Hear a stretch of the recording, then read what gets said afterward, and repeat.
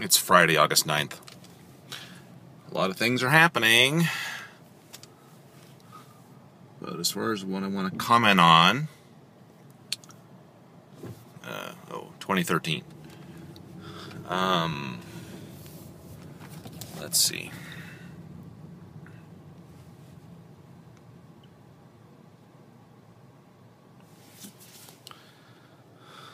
Oh my goodness gracious. My father's in a retirement home for a couple months at least. And my sister, who's caring for him, she has big problems, and she had problems with Ambien in the past.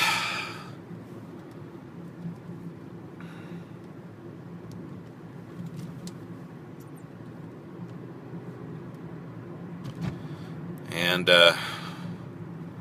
anyway, when your parents get old and they get dementia, make sure that your druggy sister doesn't get power of attorney. If so, she's gonna, use every trick in the book to make sure that she has a permanent retirement and that she can continue with her lifestyle, her druggy hippie lifestyle. Okay, so there's that. Also, yesterday I encountered some videos by a group out of Atlanta called the Black Atheists of Atlanta. And I watched some of their videos, and some of their claims, here's an example of some of the claims they made. Claim number one is that if a scientist isn't black, then you have to question his science. So whatever science might show, you just ask, well, is he black? And if the answer is no, then you have to consider whether the science is valid. So that was point number one. Point number two is that if you're a black person and you decide that European culture has any value, you're committing genocide.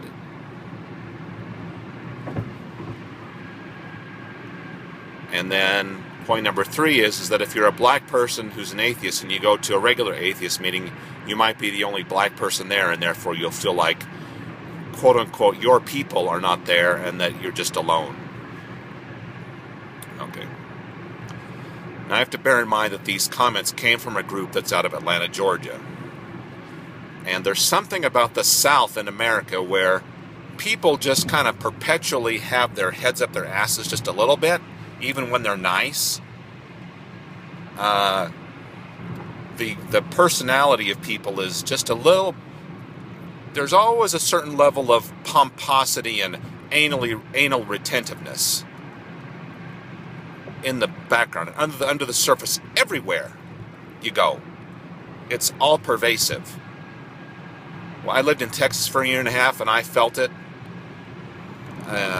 Anyway.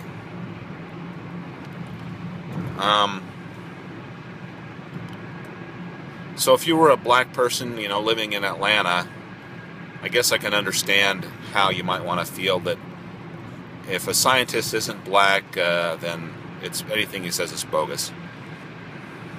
Now, they did have some interesting things to comment on regarding homosexuality, though. And they were very critical of homosexuality, and they stated that the tribes in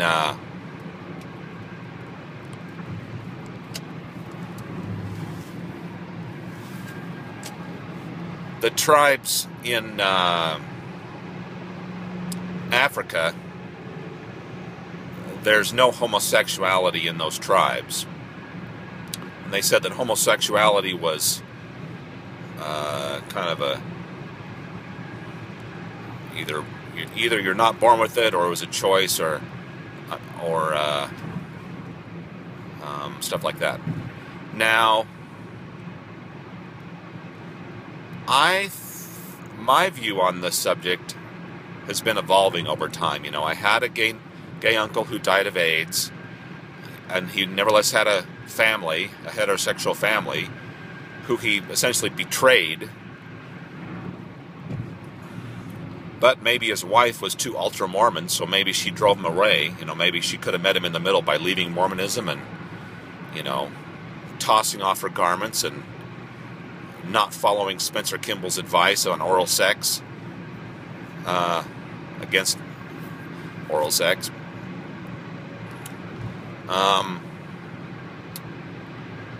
Spencer Kimball, past Mormon prophet, who wrote this letter against oral sex.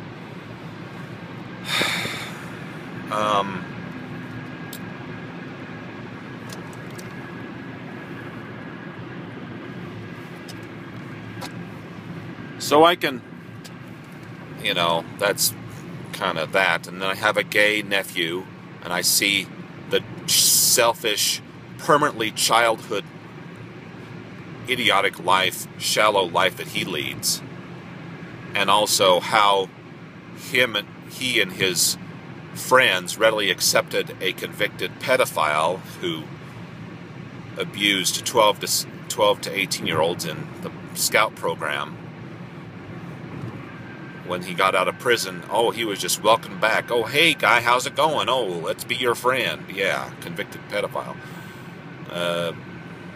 No problem for my gay nephew and his friends to just accept this convicted pedophile back in. So it makes you wonder whether Catholic priests who abuse boys, whether they're not kind of also gay. People say, oh, straight people are the ones who abuse kids the most. Well, I think maybe you could define straight as someone who's interested in adults of the opposite sex. And then we could define pedophiles as people who have sex with underage kids, and then gays as kind of people who have sex with the same sex and maybe not underage. But the fact that we have this kind of acceptance of sex with underage people in the gay community kind of leads me to question whether there's a great differentiation between homosexuality and pedophilia. So, and I'm aware of the guy Bruce Begamel, and who's a scientist who wrote a book called Biological Exuberance.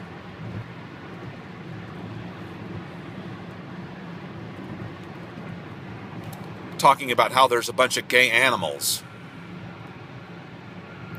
And during a protest that I did in front of the Mormon Temple Square back in '99, I held up that book and I participated in a gay protest even though I wasn't not gay. I held up the book and I got my picture in the paper as a result. A book called, you know, Biological Exuberance by Bruce Begamel, or whatever his last name is. You can find it online. But you know, I think when I first left Mormonism, I was more socially liberal. And maybe that is kind of a natural response because you're going through a process of, you know, rejecting all the bullshit. I mean, first you kind of have to reject everything, and then later I found that you might reincorporate certain things as you find out that those things weren't necessarily solely from Mormonism. It was more just kind of a natural thing, natural built-in human morality, you know. And so homosexuality, for me, my view is that it's kind of an artifact or a side effect of just the evolutionary machinery and just the way sex is infused into kids as they grow up inside the womb. You know, exposure to hormones and DNA influence and all this stuff, you know, and just the fact that we're sexual in the first place. I think that homosexuality is just kind of a side effect, a byproduct an artifact of reproduction. Okay? So I don't really buy the deal where homosexuals are there just because they might help with the other families. I think they're just an accident. Not an accident, just an artifact of the fact that sex exists in the first place. And if you're a gay person who was exposed, like if you're a man who was exposed to too much female hormone or not enough testosterone in the womb, and you like men as a result, you know. I'm just saying that state, I'm not saying that you should be hurt because of it or discriminated against per se, or, you know, not that what Uganda wants to do. I'm just saying that what happened to you is just kind of an possibly unhappy accident of biology, you know. So does that mean you should, people should do bad things to you, or that you should do something bad to yourself? No, you just have to live with it. And maybe you should try to live nevertheless, find a woman and have a family if you can. You know, even if you like men, see if you can find some woman who's you like also. So all this stuff that I just said is fucking heresy for a progressive. You know. So when I listen to the Black Atheists out of Atlanta talk about, you know, homosexuality and how they're concerned about it, and how they talk about, you know, there's what they call the law of reproduction. I have to say that, you know, I think I agree with them in part. So scientists can be biased, and their science can be biased because they're unwilling to check out whether other suppositions might be true, you know. Does the naturalistic view support any conservative principles? And they have to be willing to be open to that. And there's such demonization of that in the ivory tower in America today. You know, students will yell at your face and jump down your throat if you're a conservative who shows up at university, or even if you're a liberal who's willing to tell the truth. You know, if you're not 100% supportive of the feminist agenda, you're kind of a liberal person, but you are willing to be more honest about how there might be differences between men and women. You know, go to a university and try to talk about that and see if the students don't try to stop you. Okay. So that's just an example. So anyway,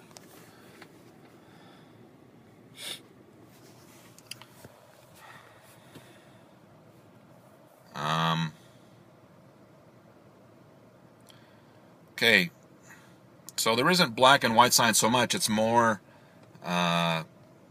science can have the facts and the truth, but it's true that scientists can exclude certain results just by their own biases. I agree with that. That doesn't mean creationism is true. Doesn't mean theism is true. Doesn't mean evolution is not true. But there's kind of these social science things which could be addressed by hard science, which are a little bit more touchy. And people like Steven Pinker have pushed against that with his book, The Blank Slate, The Modern Denial of Human Nature. And so, anyway. So you can check out Steven Pinker, Daniel Dennett,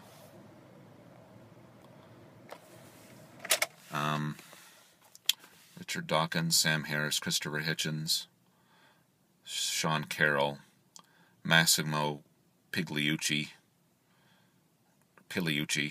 although it's spelled like Pigliucci.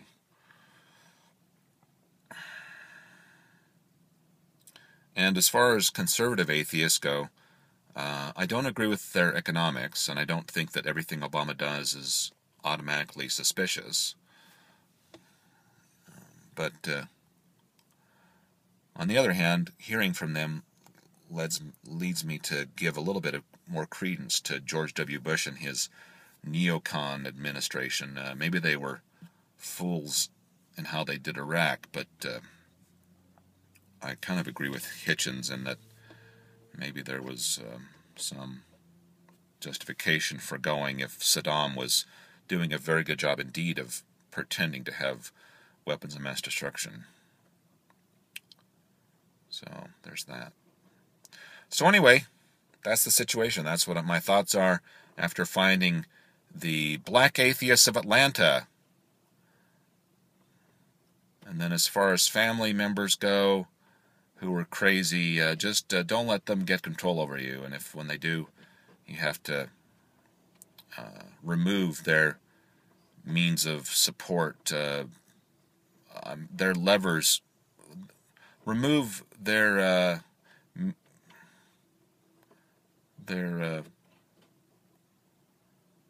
levers that they have to push,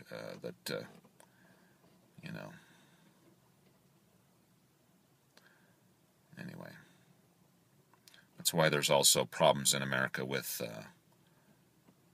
divorce and women who can so easily, lie to a judge or a policeman and then exclude their husbands as a result. So maybe science will show that that's bad, huh? Real science. Maybe black science. Can I join the Black Atheists of Atlanta? We'll see. All right.